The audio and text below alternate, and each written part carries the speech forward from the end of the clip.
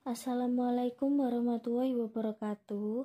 Kami dari kelompok 5 Akvar 5D akan mempresentasikan tentang korelasi Pearson, regresi linier sederhana, dan analisa profit. Berikut adalah nama anggota dari kelompok kami.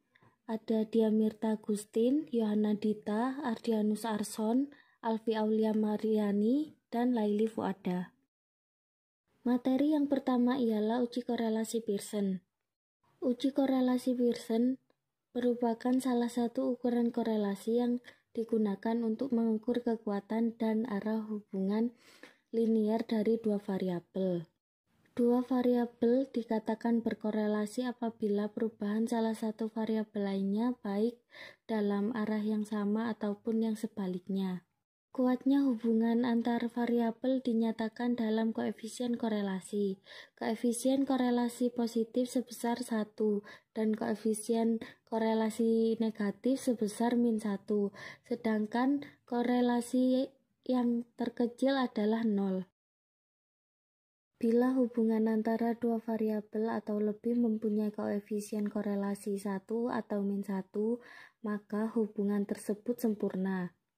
Apabila nilai koefisien mendekati 0, maka hubungannya lemah atau tidak berkorelasi. Bila titik itu terdapat satu garis, maka koefisien korelasinya sama dengan 1 atau min 1. Bila titik itu membentuk lingkaran, maka koefisien korelasinya sama dengan 0. Berikut adalah rumus korelasi Pearson R. R sama dengan N sigma XY min sigma X dikali sigma Y per akar N sigma X kuadrat min sigma X dikuadratkan dikali N sigma Y kuadrat min sigma Y dikuadratkan, di mana N adalah jumlah sampel atau subjek, X adalah variabel bebas, Y adalah variabel terikat, dan R sama dengan koefisien korelasi. Rumus koefisien determinasi adalah R kuadrat. Pedoman umum dalam menentukan kriteria korelasi 0,0 sampai 0,25 itu tidak ada korelasi, 0,26 sampai 0,50 korelasi sedang, 0,51 sampai 0,75 korelasi kuat, dan 0,76 sampai 1,00 itu korelasi sempurna. Jika nilai R sama dengan 0, artinya tidak ada hubungan linier. Jika R sama dengan 1, artinya ada hubungan linier sempurna atau kuat. Selanjutnya yaitu rumus korelasi Pearson T. T sama dengan R akar N min 2 per akar 1 min R kuadrat, dan DF sama dengan N min 2, di mana N adalah jumlah sampel atau subjek, dan DF adalah derajat kebebasan untuk mencari nilai tabel T. Selanjutnya langkah-langkah uji korelasi Pearson. Yang pertama menentukan H0 dan H1. Yang kedua menentukan batas kritis berdasarkan nilai alfa 5%. Yang ketiga menentukan nilai T. Jika T hitung lebih besar dari T tabel, maka H0 ditolak dan H1 diterima. Jika T hitung lebih kecil dari T tabel, maka H0 diterima dan H1 ditolak. Yang keempat, perhitungan nilai statistik dengan rumus R untuk membuktikan kemaknaan hubungan dua variabel menggunakan rumus T. Contoh, suatu penelitian dilakukan untuk mengetahui apakah ada hubungan antara berat badan ibu dengan berat badan bayi yang dilahirkan. Berat badan ibu 40, 45 dan seterusnya. Berat badan bayi 1,2, 2,0 dan seterusnya. Ujilah apakah ada hubungan antara berat badan ibu dengan berat badan bayi pada alfa 5% dan hitung berapa besar derajat keratannya. Di sini ada subjek berat badan ibu, berat badan bayi. Berat badan ibu 40 dan seterusnya, jumlahkan hasilnya 332. Berat badan bayi 1,2, 2 dan seterusnya, dijumlahkan hasilnya 14,7. Hipotesis H0 R sama dengan 0. Tidak ada hubungan antara berat badan ibu dan berat badan bayi yang dilahirkan. H1 R tidak sama dengan 0. Ada hubungan antara berat badan ibu dan berat badan bayi yang dilahirkan. Perhitungan. Di sini ada subjek, berat badan ibu, berat badan bayi, XY, X kuadrat, Y kuadrat. Di sini XY. XY didapat dari berat badan ibu dikali berat badan bayi, yaitu 40 kali 1,2, hasilnya 48. X kuadrat yaitu dari berat badan ibu 40 dipangkatkan 2, jadinya 1600. Y kuadrat dari berat badan bayi 1,2 dipangkatkan 2, jadi 1,44. Begitupun dan seterusnya.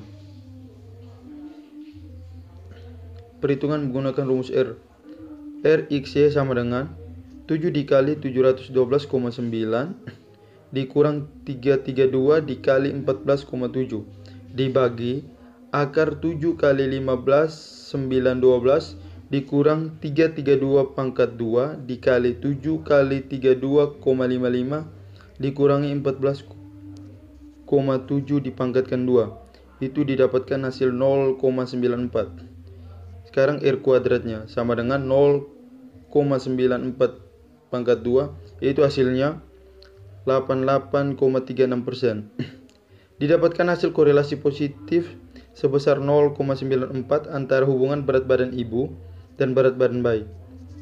Hal ini berarti semakin besar hasilnya, maka semakin besar hubungan keeratan antara berat badan ibu dengan berat badan bayi.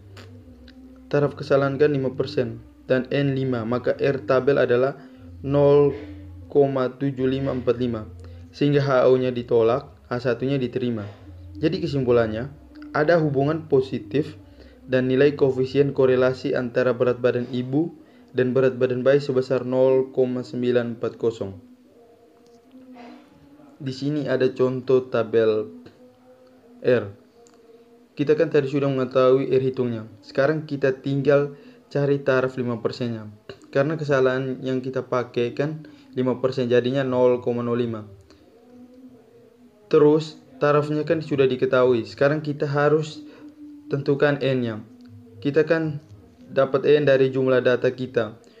Jumlah datanya kan ada 7. Untuk mengetahui jumlah data, kita di tabel R rumusnya DF sama dengan N dikurangi 2. Jadi jumlah data asli dikurangi 2 jadinya 5. Kan kita sudah ketemu N-nya kan 5. Kita lihat di tabel bagian pojok kiri ada tulisan DF sama dengan N dikurangi 2. Bawahnya kan 1 dan seterusnya. Kita cari N-nya kan angka 5. Terus taraf kesalahannya kan 5%, berarti 0,05. Cari yang lurusannya dari kiri angka 5 yaitu 0,05. Ketemu hasilnya 0,7545. Perhitungan menggunakan rumus T. T sama dengan R dikali akar N dikurangi 2 dibagi akar 1 kurang R kuadrat. Itu didapatkan hasilnya 6,14. Menentukan batas kritis berdasarkan nilai alfa 5%. Karena hipotesis alternatifnya menyatakan tidak sama atau berbeda, maka jenis uji statistik yaitu 2 arah. Sehingga nilai alfa dibagi 2, jadi alfa adalah 2,5%. Menentukan alfa 2,5% dengan menggunakan tabel T, DF sama dengan 5. Maka nilai T tabel 2,571. Ternyata nilai T hitungnya lebih besar dari T tabel. Sehingga HO-nya ditolak. Hal ini berarti berdasarkan hubungan yang positif dan nilai koefisien korelasi antara berat badan ibu dan berat badan bayi sebesar 0,940 dengan koefisien determinasi 0,8836 dan nilai korelasi R tabel 0,7545. Sehingga tingkat hubungan koefisien korelasi sangat kuat antara ibu bayi dan berat badan bayi. Berikut ini kan ada contoh tabel T. Kan T hitungnya tadi kita sudah ketahui, dapatnya kan 6,14. Diketahui ini pakai taraf 5%, berarti 0,05. Karena pakai uji 2 arah, jadi nilai alfa yang 5% dibagi 2 jadinya 2,5%. Kan kita sudah ketemu nih, 2,5% sama 5%. Terus kita tentukan N-nya juga. Rumusnya sama kayak tabel R tadi. N dikurangi 2. Kita kan mempunyai data tadi kan 7 dikurangi 2 jadinya 5. Kita langsung ke tabel. Di pojok kiri atas kan ada tulisan DK. Kita cari DK-nya kan 5. Karena dari 7 dikurangi 2 5. Terus kita ke kanan, lihat ke atas yang lurusannya sama 0,05. Jadi ketemunya 2,571. Sekarang akan dilanjutkan oleh teman saya.